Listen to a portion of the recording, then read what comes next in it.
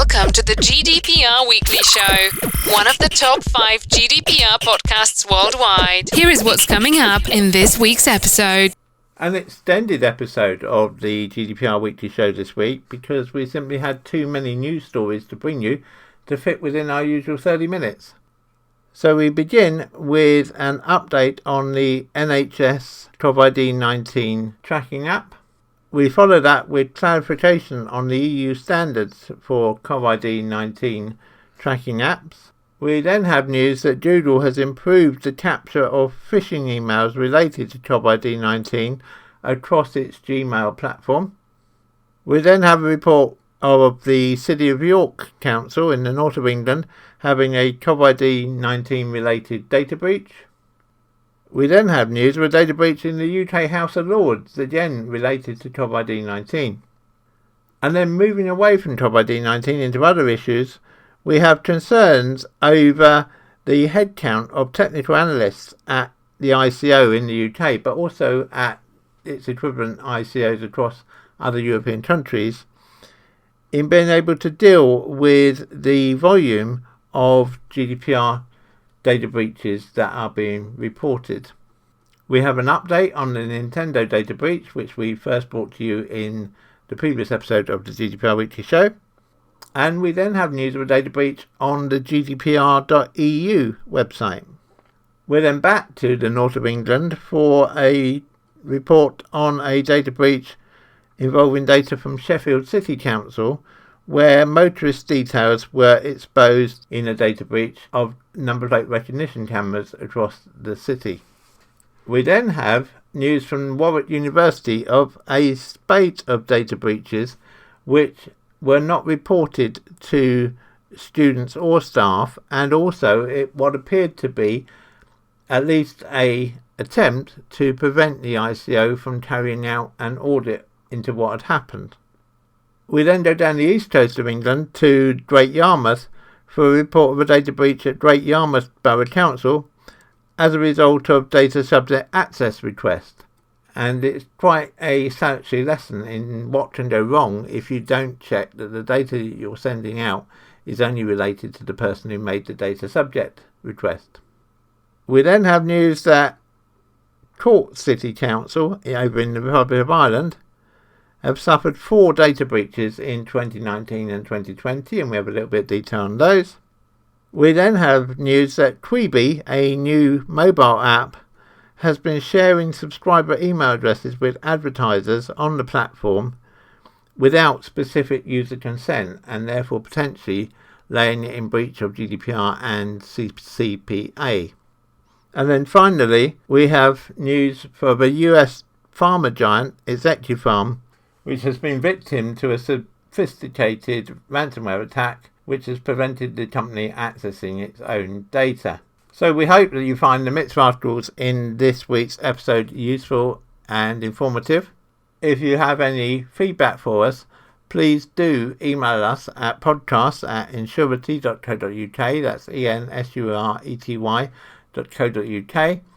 We do read every single email that you send in to us, and wherever we can, we incorporate your suggestions into future episodes of the GDPR Weekly Show.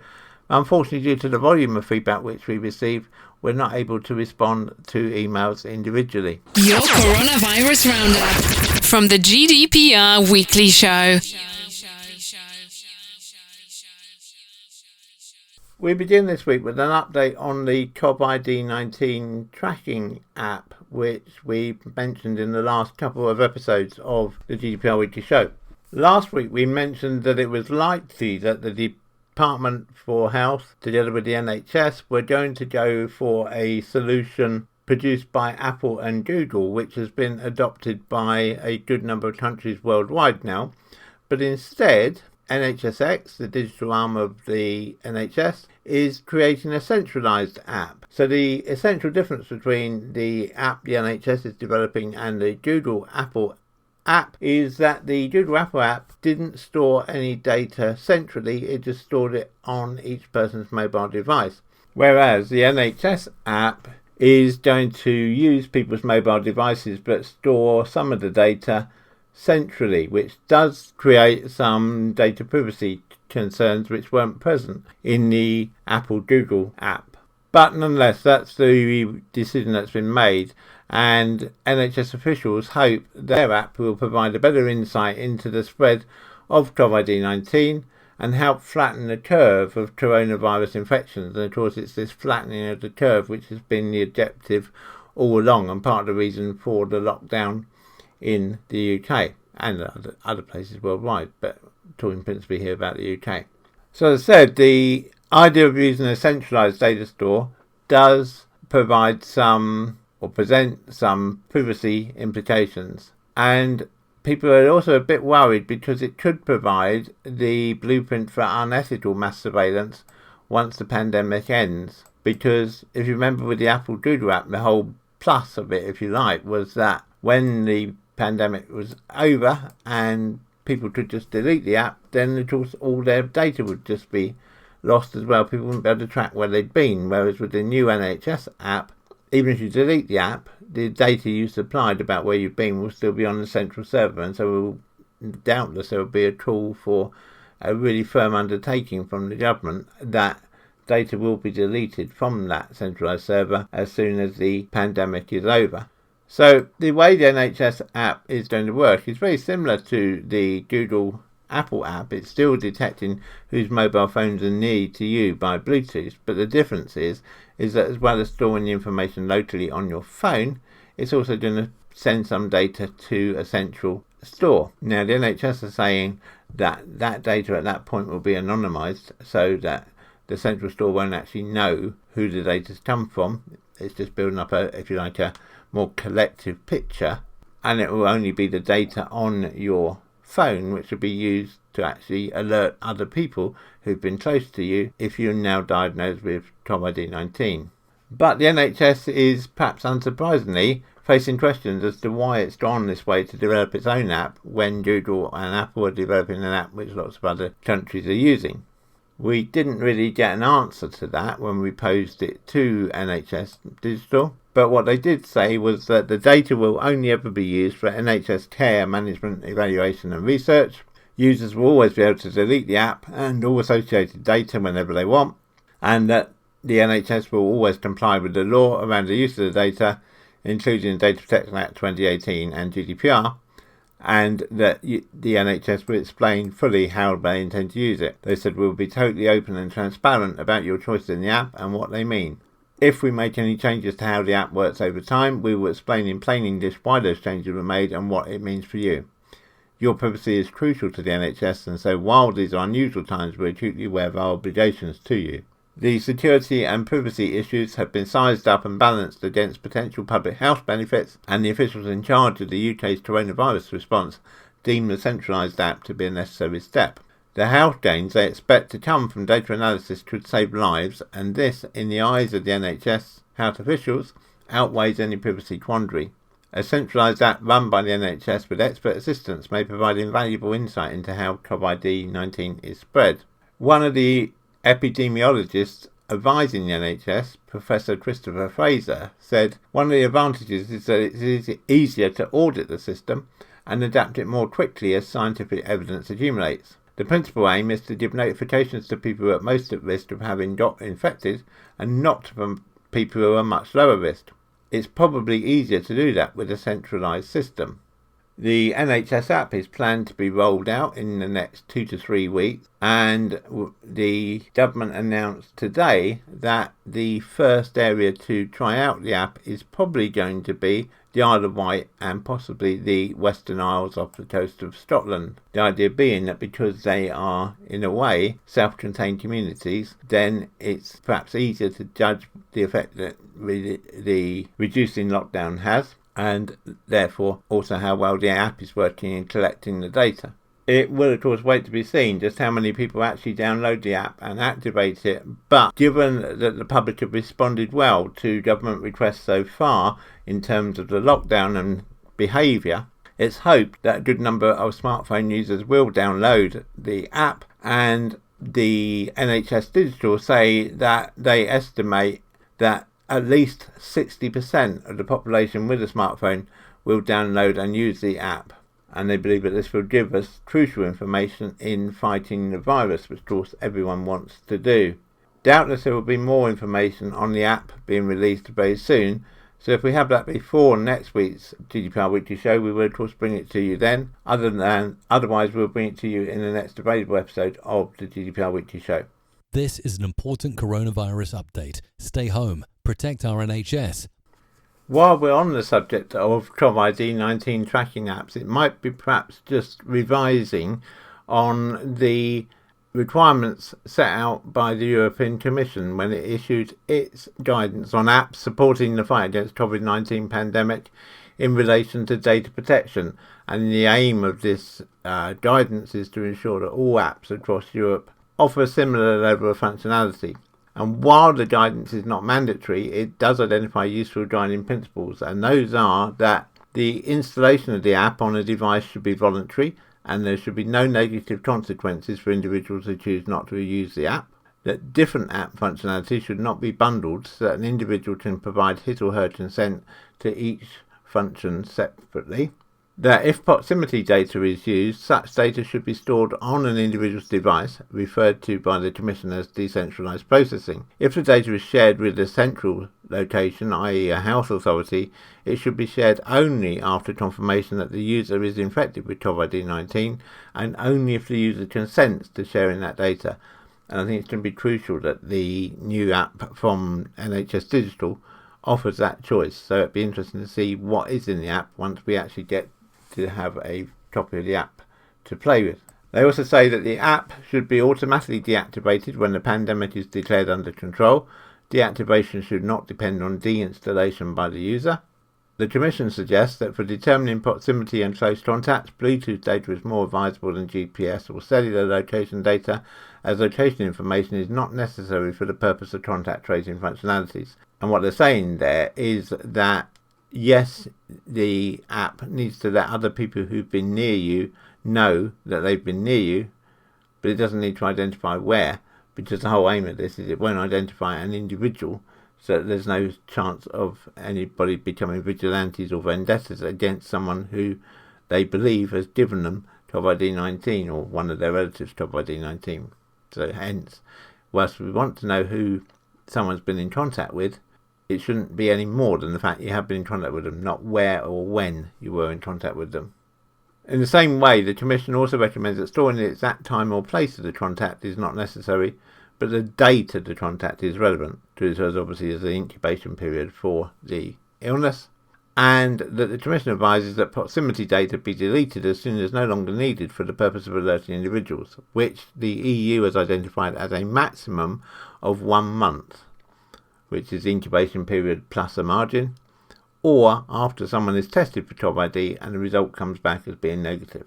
So to say, once we get sight of the NHS Digital app, it would be interesting to check that it does comply with all of those requirements. I'm sure that it will, but nonetheless we've not yet seen a copy of the app ourselves to give you a positive judgment on that. But when we do, we will of course bring you a review of the NHS Digital app in a future edition of the GDPR Weekly Show. Stay in, stay safe. Google has announced that it's doing more to block fake news about COVID-19 via email. Gmail says that it's blocked over 100 million phishing emails and more than 240 million COVID-19 related spam messages on a typical day. The COVID pandemic has opened floodgates for cyber criminals, it says, and hackers, with an increasing number of phishing malware scams hitting Gmail users. Mark Johnston, Head of Security, Networking and Collaboration Specialist, Google Cloud Asia Pacific, said incident management is a key aspect of Google's over-security and privacy program and is a key to complying with global privacy regulations such as GDPR. In addition, a full-time dedicated team called Project Zero aims to prevent targeted attacks by reporting bugs to software vendors and recording them in external databases. These measures take precedence during times when users are largely working from home outside the jurisdiction of enterprise firewalls to monitor malicious content sent across mail. The pandemic-related work from home measures have also resulted in a higher number of paying customers for G Suite, the portfolio of business services that includes brands such as Gmail, Docs, Sheets and Drive for both businesses and academics confined to home. Doodle has also worked with the World Health Organization to make it harder for people pretending to be from the World Health Organization on the internet, filtering malicious emails from reaching the recipient's inbox. Doodle has also strengthened the security on Doodle Meet and says that it now has more than 2 million new users connected on Doodle Meet every day, and that they're spending over 2 billion minutes together.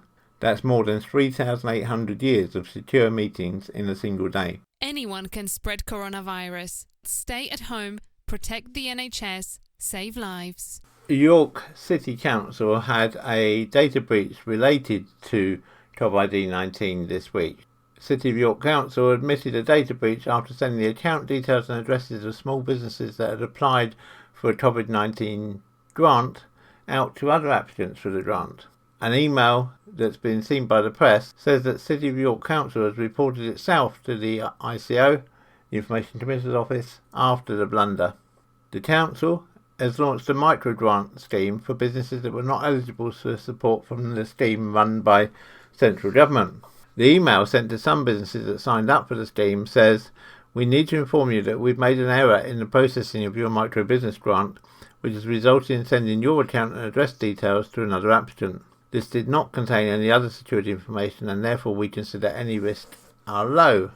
We have contacted the recipient and asked that they delete the email and have reported our error to the Information Commissioner. The team apologises and says the breach will not affect the payment of any grant to any local business applied." One small business owner said they were very grateful for the grant, but that their bank account had been blocked after the data breach and they had to spend 2 hours on the phone to their bank before making a trip to the branch to sort it out. They said, "It was a nightmare. When I checked it hadn't gone in and the bank said a block had been applied to my account. This grant is all we could apply for and we are very grateful for it, but if there's been a leak of your data and you're not sure who has it, that's worrying." The background to this is that City of York Council had launched a £1 million scheme to help businesses of 1 to 50 people, including self-employed people. The maximum grant available was £1,000.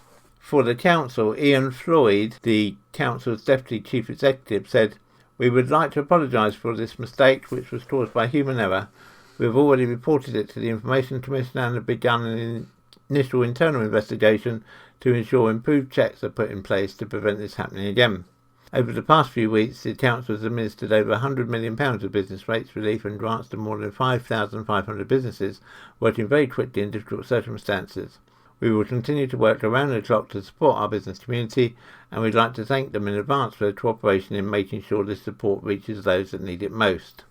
As the breach was relatively minor, and we don't believe there was, in many cases, any personal data released, we're not actually expecting the ICO to take any immediate action on this, but if we receive an update, either from the City of York or from the ICO, we will of course bring it to you in the next available episode of the GDPR Weekly Show. Keeping you company in isolation. Together, we'll make it through. Our final COVID-19 related story this week is again a data breach, but this time concerning the UK House of Lords, which had to drop its live broadcast of virtual proceedings after the data breach. The House of Lords failed to broadcast proceedings live on Wednesday following problems with its virtual arrangements. Data breaches were cited after the mobile phone numbers of some peers were read out on Tuesday whenever they entered or exited the session on Microsoft Teams, which is the app which the House of Lords is using for its virtual proceedings. As a consequence, the House of Lords said its sitting on Wednesday was not broadcast live. In a statement, it said, "Wednesday's virtual sitting will not be broadcast live. This is due to technical and data compliance issues encountered during yesterday's sitting. The House of Lords is working hard and at speed to resolve these issues in order to restore live broadcast for tomorrow," which would be Thursday. One source in the Lords told the PA news agency that they felt this seems a bit of an overreaction. In the Lords, ministers were quizzed about several issues related to the COVID-19 pandemic, including rail services, tax and garden centres. Several parts of business in the House of Lords have been conducted virtually since peers returned from the Easter recess. Last week saw journalists watch live from a room on the parliamentary estate, with the public unable to follow proceedings as they took place. This week, the proceedings were broadcast at all on the Parliament website. Journalists were allowed to view Wednesday's proceedings after oral questions in the room on the parliamentary estate, and audio recordings were later made available to everyone. Hansard also published a report of proceedings which usually emerges 3 hours after they've taken place. A House of Lords spokesman apologised for the interruption to the live broadcast on Wednesday and said they'd worked hard to find a solution to the problem. And now, the rest of this week's news. There have been a number of concerns raised by people within the GDPR space about whether the various ICOs across Europe actually have enough technical staff working on investigating reported data breaches. And this has been investigated in a study which singled out the UK ICO for dedicating only 3% of its 680 staff to technical aspects of privacy. And there is a feeling that possibly, particularly with the increase in cases of data breaches, which are inevitable now with many people from across the whole of Europe working at home because of the COVID-19 situation, that understaffed data regulators are actually putting GDPR at the risk of collapse. Because only 5 out of Europe's 28 data protection authorities have more than 10 specialists examining the tech industry, which means they don't have the capacity to probe potential violations by the biggest companies. Only a handful of experts are working to uncover GDPR infringements by tech giants, according to the research by web browser maker Brave. Even when wrongdoing is clear, data protection authorities hesitate to use powers because they can't afford the cost of legally defending their decisions. Brave's Chief Policy and Industry Relations Officer Dr. Johnny Ryan said, "If the GDPR is at risk of failing, the fault lies with national governments, not with the data protection authorities. Robust adversarial enforcement is essential. GDPR enforcers must be able to properly investigate big tech and act without fear of vexatious appeals. But the national governments of European countries have not given them the resources to do so, and so the European Commission must intervene," he said. He centred on the UK ICO, which, as we just said, has dedicated just 3% of its 680 staff to focus on tech privacy issues. This is despite the ICO being Europe's largest regulator and the most expensive to run. There's also major concerns in the GDPR community about the Irish Data Protection Commission, which is the lead authority on so many probes against major companies like Google and Facebook because of the fact that that's where they have their European base. And the feeling is that the Data Protection Commission's headcount is not growing fast enough to keep up with the increasing caseload. Germany actually comes out well in the study in that it has 29% of its staff working on tech issues, which is actually some 101 people. The German authorities are followed by Spain's regulator, which has 36, and the French authorities that have 28. The UK has recruited just 22 technical experts, despite, as mentioned, being the largest and most expensive DPA to run. The ICO's budget in the UK has doubled between 2018 and 2020 from £26.2 million to £53.3 million in the latest year. By comparison, the German DPA has a budget of £51.4 million for 2020, and the Italian regulator has a budget of just £26.3 million. A spokesman for the Information Commissioner's Office said the ICO recognises the vitally important role of technical specialists in addressing data protection and privacy concerns, and this is reflected in our priorities and technology strategy. While we're not yet at the level of capacity and capability we are planning for, the spokesperson added, we will continue to invest significantly in this area. The study from Brave also recommended that the European Commission should launch an infringement procedure against EU countries that fail to implement Article 52.4 of the GDPR, which states that member states must ensure that each DPA is provided with the human, technical and financial resources, premises and infrastructure required to perform their tasks. You're listening to the GDPR Weekly Show with your host, Keith Budden. We have an update on the Nintendo data breach, which we brought to you in last week's episode of the GDPR Weekly Show.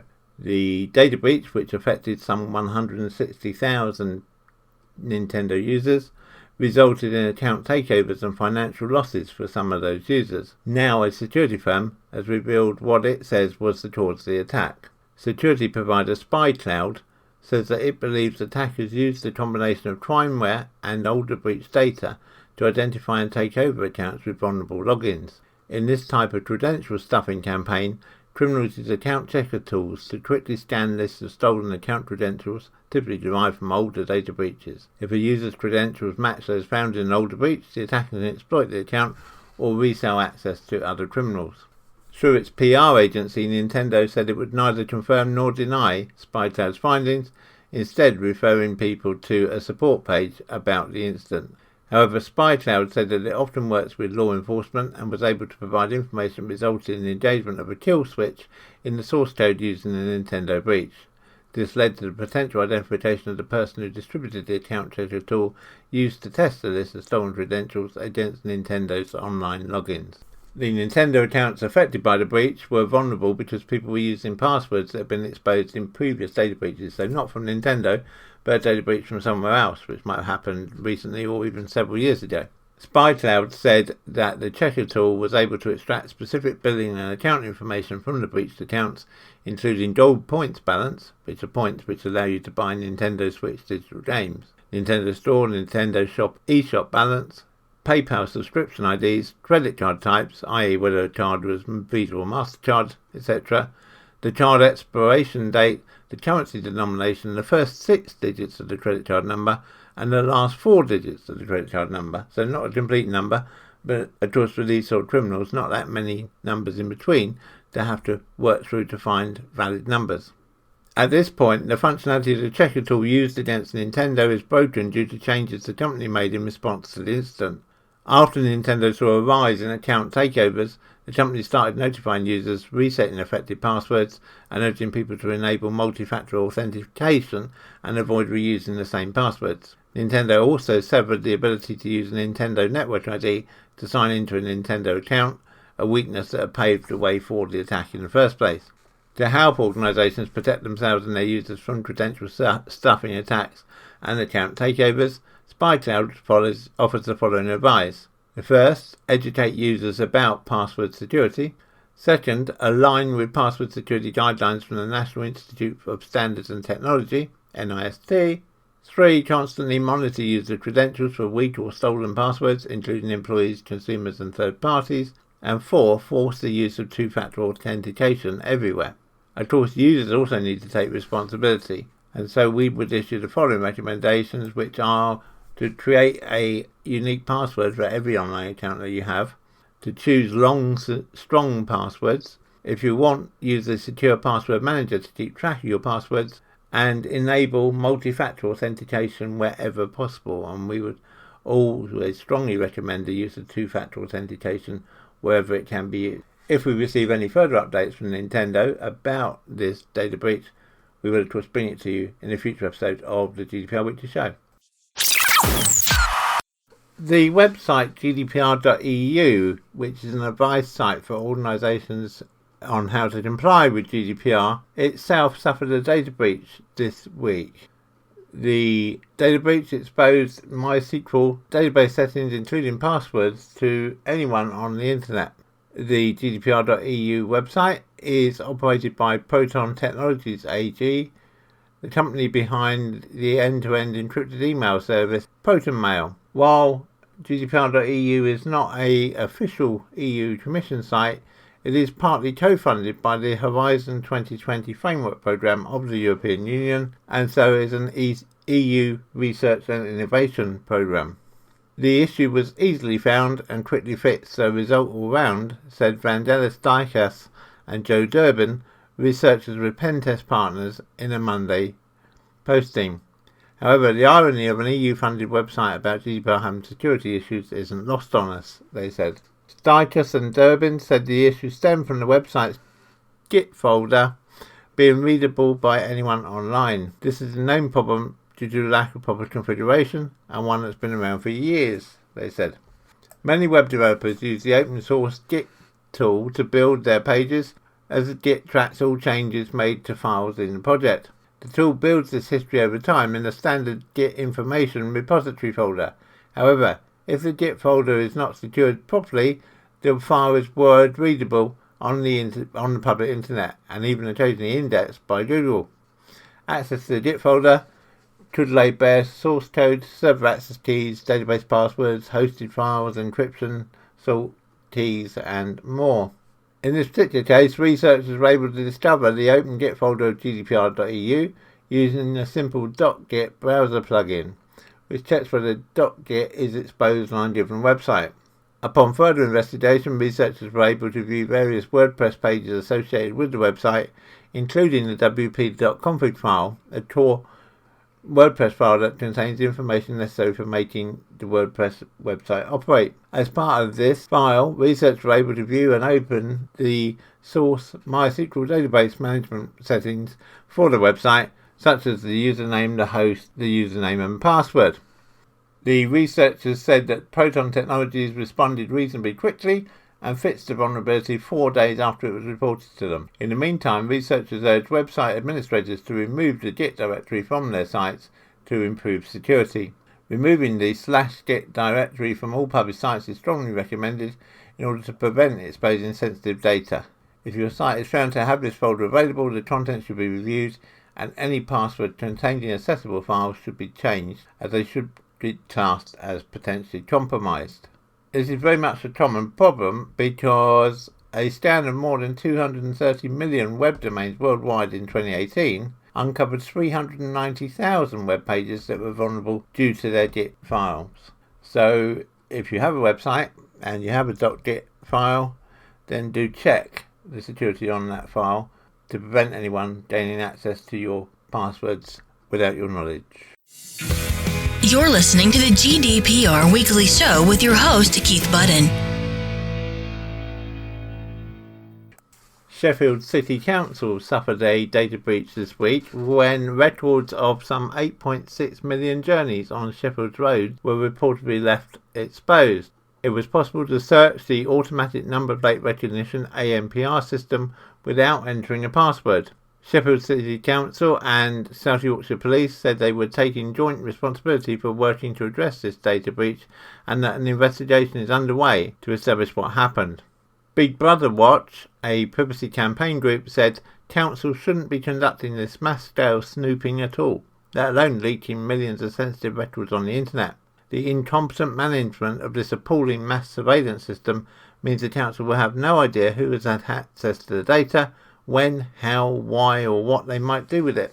Detailed journey records of thousands of people could be exploited by criminals and pose a particular risk in stalking and harassment contexts. The issue was first reported on the technology website The Register, which said that the ANPR dashboard could be used to reconstruct journeys minute by minute.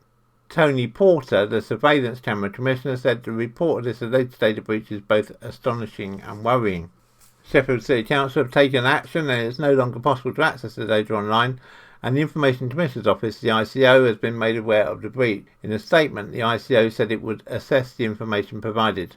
Both Sheffield City Council and South Yorkshire Police have launched investigations and promised to do everything we can to ensure it won't happen again. In a joint statement, they said it is not an acceptable thing to have occurred. However, it is important to be very clear that, to the best of our knowledge, nobody came to any harm or suffered any detrimental effect as a result of this breach. Last year, it was found that Sheffield Council accidentally sent the contact details of hundreds of people, including a woman who had been raped, in an email about a strip club licence renewal. If we receive any updates from either the ICO or Sheffield City Council about the data breach from the traffic cameras, we will of course bring it to you in a future episode of the GDPR Weekly Show. You've tried the rest and not impressed. Take a chance and try the best. You're listening to the GDPR Weekly Show with your host, Keith Budden. It was revealed by Sky News this week that Warwick University had been hacked and that the data breach had been kept secret from students and staff. The Sky News article said that multiple data breaches had taken place at the Russell Group University, but none of the data breaches had been communicated to the individuals affected. It said that hackers had accessed the University of Warwick's administrative network last year in an attack which had been kept secret from the affected individuals and organisations. The security incident occurred when a staff member installed remote viewing software enabling hackers to steal sensitive personal information on students, staff and even volunteers taking part in research studies.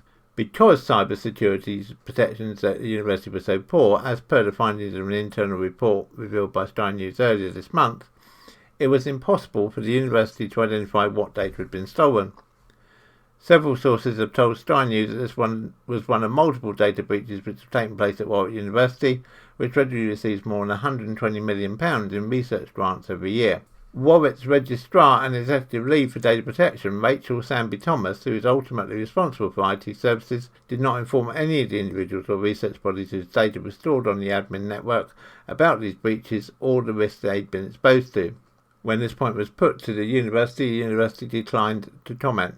An executive summary of another audit, this time by the Information Commissioner's Office, the ICO, was published in March, providing the first mention of these security risks which either students or staff had heard about. Several sources told Sky News that during the final meeting concluding the ICO's audit, the regulator made what was perceived to be a recommendation that Ms Sanby-Thomas be removed as chair of the university's Data Protection Privacy Group.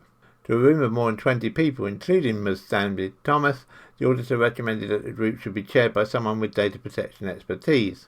The university told Sky News the registrar fully agreed with the report's finding that we should give those areas of responsibility to someone with a specialist skill set and experience. Despite not having this specialist skill set and experience, Ms Sanby-Thomas has been the executive lead for IT and data protection at the university since 2016, a period during which multiple security incidents have occurred. After a recommendation was made that she stand down from chairing the DPPG, the registrar disbanded the committee.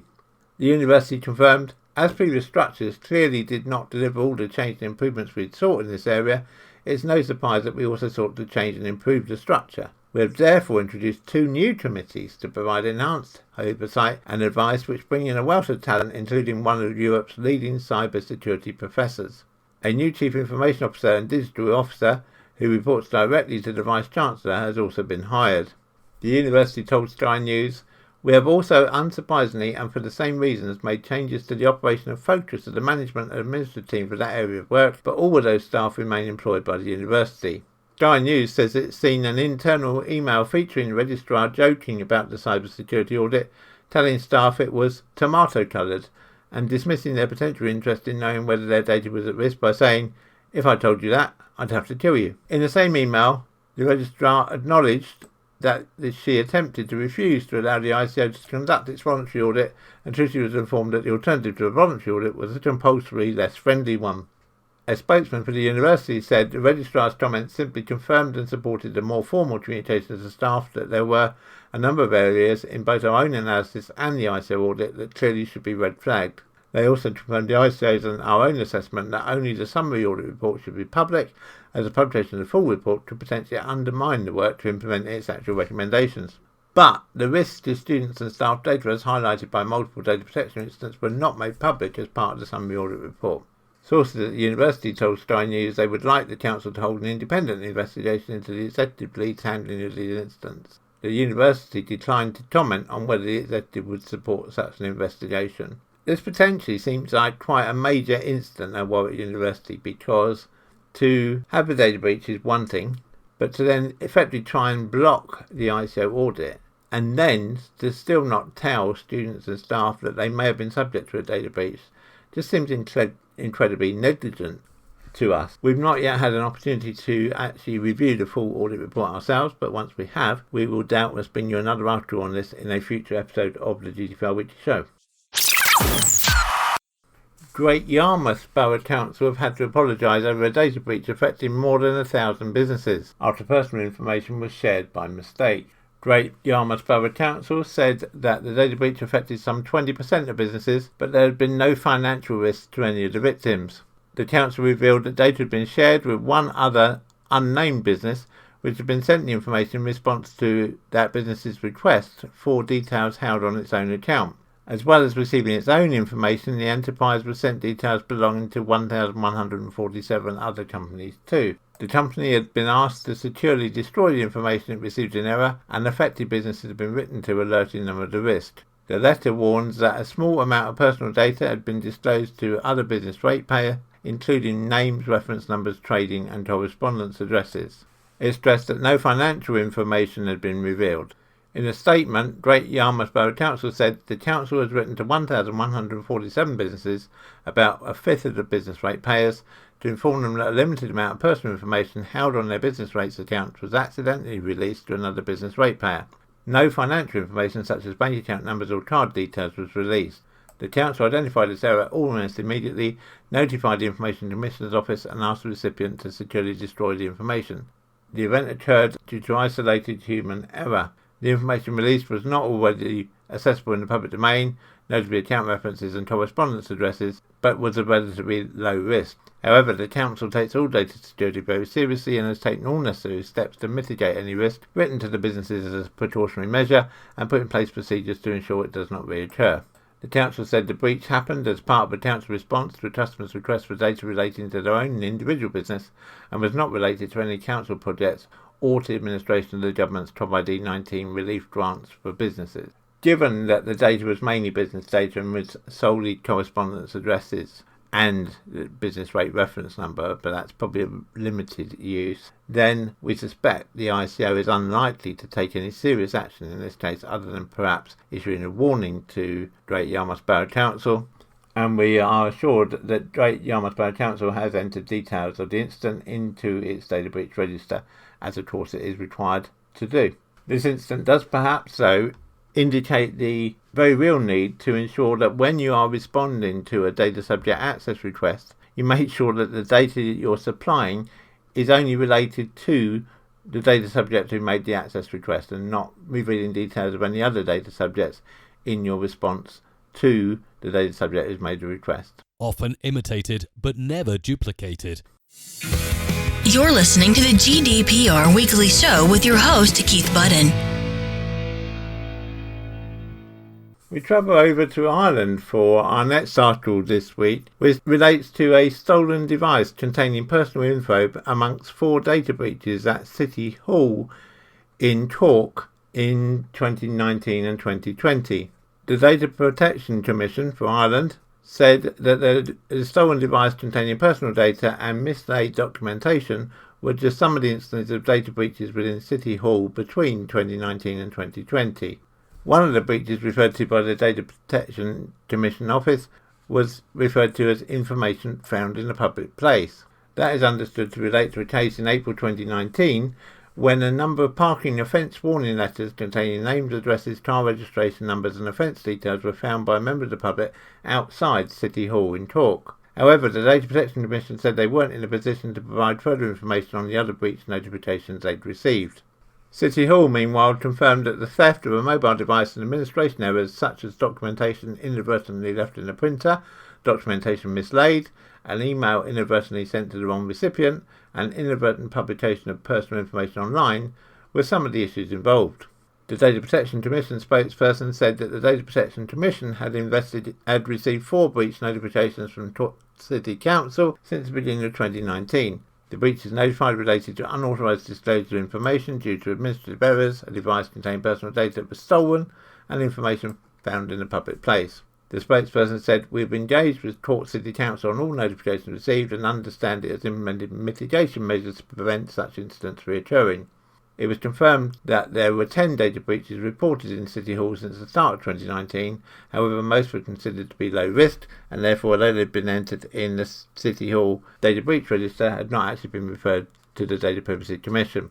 I think that the examples given here, particularly of information being left in a public place, information being left on a printer, emails being sent to the wrong person, are just examples of how easy it is for any organisation to suffer a data breach. And perhaps serve as a timely reminder that, especially now that many places have staff working remotely and therefore perhaps not so easily under the watch of senior management, that they may just need a refresher in how to handle sensitive data so that your organisation isn't one of those that suffers an embarrassing data breach. The mobile app Quibi, which says that it allows you to watch movie quality shows designed for your phone with new episodes every day, which launched in April this year, has found itself subject to non-compliance with GDPR. The issue has arisen because Quibi verifies new users' email addresses and then sends them to multiple third-party advertising and analytics companies, including Google, Facebook and Twitter. When a new user signs up to Quibi, they receive an email with a verification link. Clicking that link appended their address to the URL and sent it in plain text to multiple other companies. Quibi's actions by doing this put it outside of the rules laid down not both in GDPR but also the Californian Consumer Privacy Act, CCPA. In a statement, Quibi said that it fixed the issue the report raised. The moment the issue on our webpage was revealed to our security and engineering team, we fixed it immediately, the company said, adding data protection is essential to Quibi and the security of user information is the highest priority. However, the investigators who dug into the issue said it was unlikely that Quibi were unaware of the issue. Zach Edwards at digital strategy firm Victory Medium said it's an extremely disrespectful decision to purposely leak all new user emails to your advertising partners, and there's almost no way that numerous people at Quibi were not only aware of the plan but helped to architect this user data breach. He went on to say in 2020 no new technology organisation should be launching that with leaks that let all new users informed emails to advertising and analytic companies. Edwards said he had confirmed that email addresses were still being leaked as late as April the 26th this year. Quibi's privacy policy says that users are asked to provide their email addresses when signing up to the service, and in a separate section discloses that it may share personal information with third parties to let them provide services like personalised advertising, ad measurement and verification. And so Quibi are arguing that their privacy policy makes it clear that the data is going to be shared. Our personal view is that in the way it's arranged in the privacy policy, it's not clear enough, and most people reading the privacy policy would probably not realise that simply by verifying their email address, they were agreeing to that email address being shared with all the advertisers on the Quibi platform. As I said, Quibi say they've now fixed the issue, so we wait and see. Quibi did say that since their launch on April the 7th this year, over 2.7 million people have downloaded its app. If we have any update on this issue, we will of course bring it to you in a future episode of the GDPR Weekly Show. You're listening to the GDPR Weekly Show with your host, Keith Budden. And we finished this week with news that a major US pharmaceutical firm has revealed that ransomware attackers recently encrypted its servers and stole corporate and employee data. Execupharm explained in a breach notification to the Office of the Vermont Attorney General that the incident occurred on March the 13th when unknown individuals deployed ransomware to its IT system and sought payment in return for a decryption key. As part of this incident, Execupharm employees received phishing emails from the unknown individuals, it said. Upon a thorough investigation, Execupharm determined that the individuals behind the encryption and the sending of these emails may have accessed and or shared select personal information relating to Execupharm personnel, as well as personal information relating to Parexel personnel whose information was stored on Execupharm's data network. Parexel is the Massachusetts headquartered parent company of Execupharm. Execupharm claimed that the information stolen included social security numbers, taxpayer IDs, driver's license numbers, passport numbers, bank account details, credit card numbers, NI numbers, and beneficiary information. That represents a major haul for any data theft and provides lots of information that could be sold on the dark web and or has been reported published online in an attempt to persuade the firm to pay the original ransom. It is understood that there is no publicly available decryption methods for the ransomware used in this attack, and that pharma companies rich with sensitive research and development represent a highly lucrative target for cyber criminals. Matt Walmsley, EMEA Director at Vectra, said, "Attackers tend to target privileged entities associated with accounts, hosts and services due to the unrestricted access they can provide and to ease replication and propagation. Attackers will maneuver themselves through a network and make that step from a regular user account to a privileged account, which can then give them access to all the data they need in order to finalise their ransomware attack and bribe the victims," he explained. He went on to say, therefore, security teams need to be agile as time is their most precious resource in dealing with ransomware attacks. Early detection and response are key to gaining back control and stopping the attackers in their tracks before they can propagate across the organisation, stealing and denying access to data. And of course this brings back to mind the situation with Travelec, which we reported in previous episodes of the GDPR Weekly Show, where again their data was encrypted and they actually brought down their whole system and effectively ground their company to a halt for quite a period of time. If we receive an update on this from Execupharm, we will bring it to you in an upcoming episode of the GDPR Weekly Show. So that brings us to the end of this week's episode of the GDPR Weekly Show. I hope you found it useful. I hope you found it entertaining. Please do let me know. Let me have your feedback by sending an email to podcast@ensurety.co.uk. You can find out more about us at Ensurety at www.ensurety.co.uk. And I look forward to speaking to you again, same time, same place, next week. Have a good week, everybody, and remember to keep your data safe.